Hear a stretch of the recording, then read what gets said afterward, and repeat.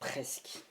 Presque, vraiment presque. On était en vrai avec ça, de pouvoir passer. Enfin, non, parce que bon, on aurait pu égaliser à 4-0, en tout 4-4.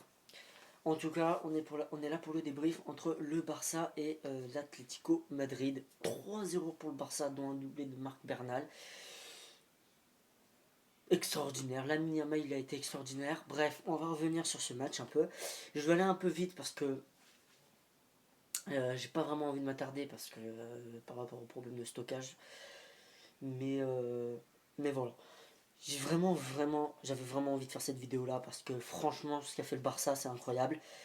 J'y ai cru. Alors, j'ai pas regardé le match, mais moi je regarde les lives de l'immigré parisien où tout simplement ils commentent le match et donc ça me fait vivre le match au final, tu vois.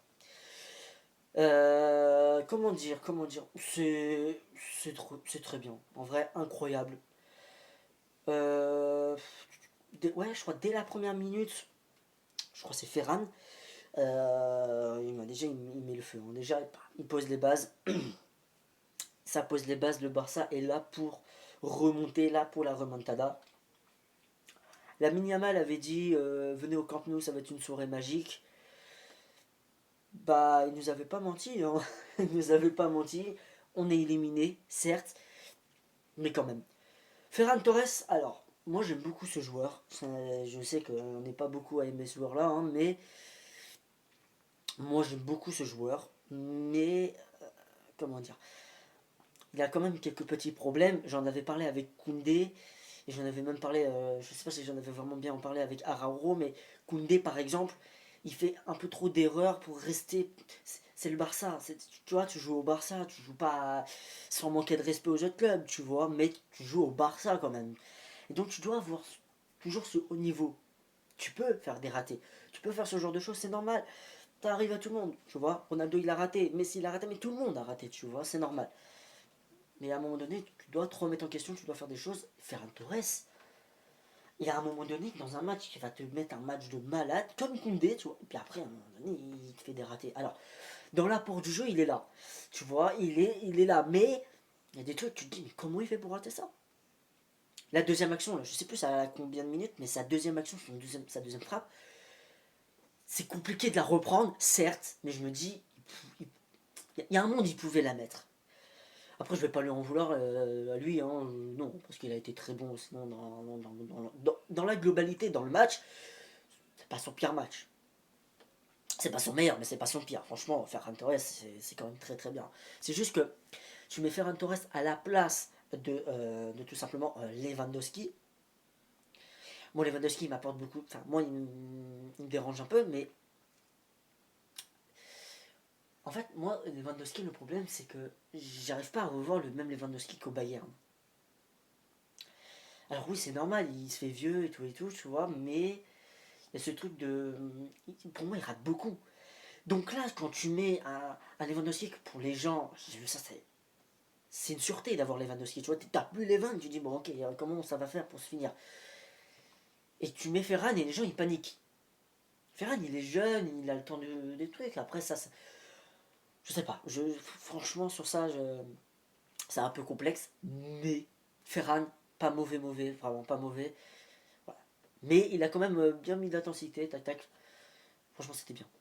Euh, faut vraiment qu'un jour il y a quelqu'un qui parle de Pedri en détail. Parce que Pedri, c'est trop. C'est trop. C'est trop. C'est trop. Ce mec, il est juste trop fort. Déjà, face à Villarreal, c'était incroyable. Mais là, c'est trop. Il a mis Yamal, ce qu'il fait, c'est fou aussi. Là, sur le.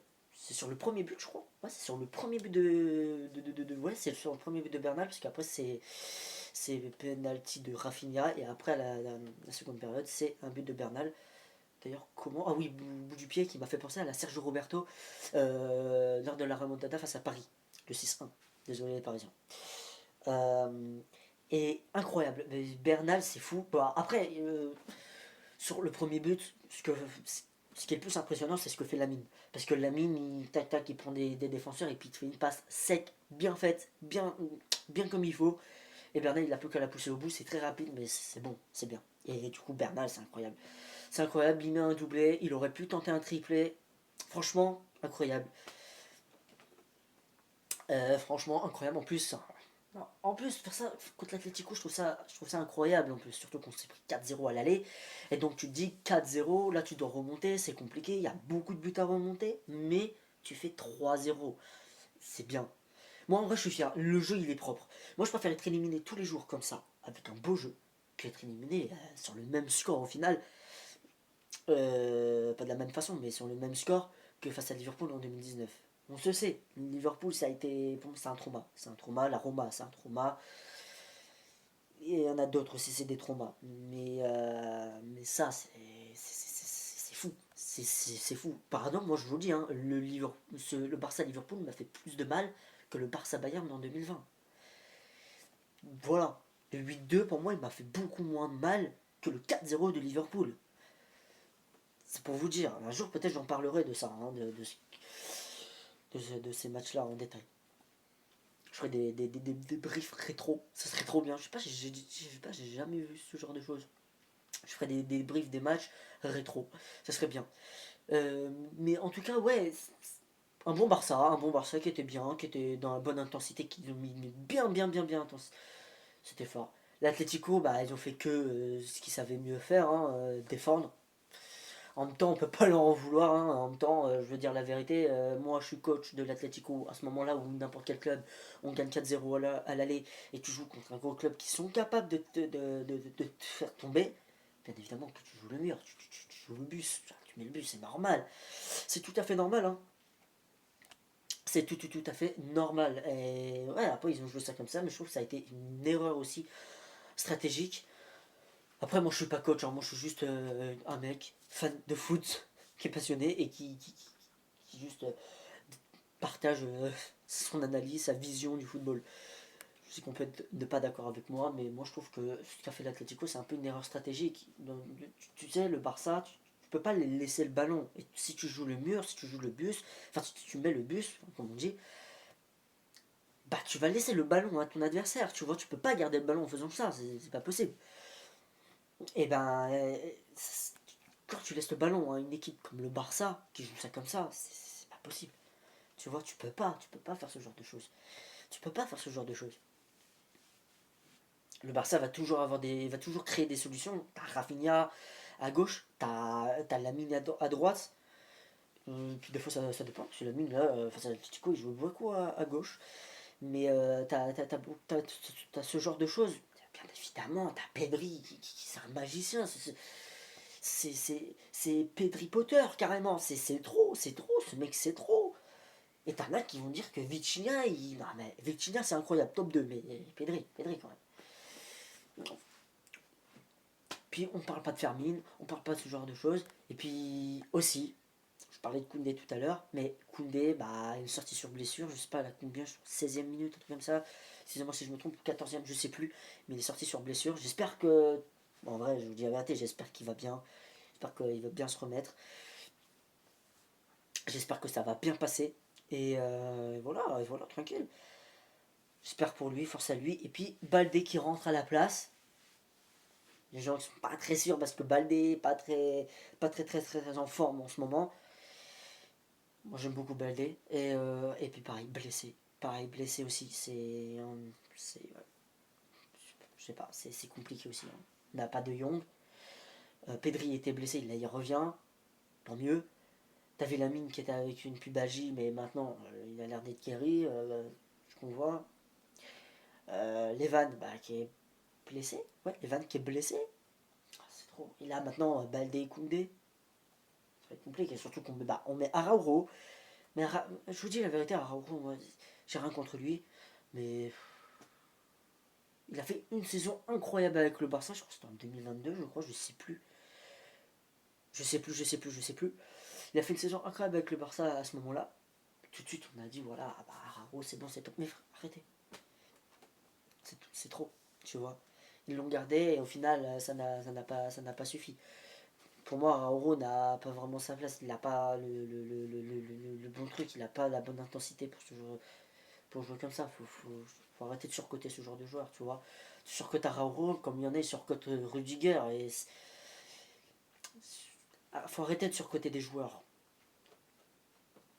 Mais bref, voilà, là, je vous dis la vérité, même malgré ce 3-0, ça annonce du bon même pour la Ligue des Champions. Parce qu'on est capable de, même si on se prend un gros score, que ce soit à l'aller, bah du coup à l'aller, ouais, on est capable de revenir au retour. On l'a fait contre l'Atlético. Après, ça veut pas dire qu'on va toujours être capable de le faire, genre on va le faire tout le temps. Mais on est capable de le faire et ça annonce du bon et ça c'est très bien. Voilà, pour moi ça annonce du très très bon pour la Ligue des Champions. Et franchement, je serais content qu'on fasse un bon parcours. Minimum demi, genre ça serait très très bien. Parce que franchement, on peut passer Newcastle, ça va être compliqué, mais on peut passer Newcastle.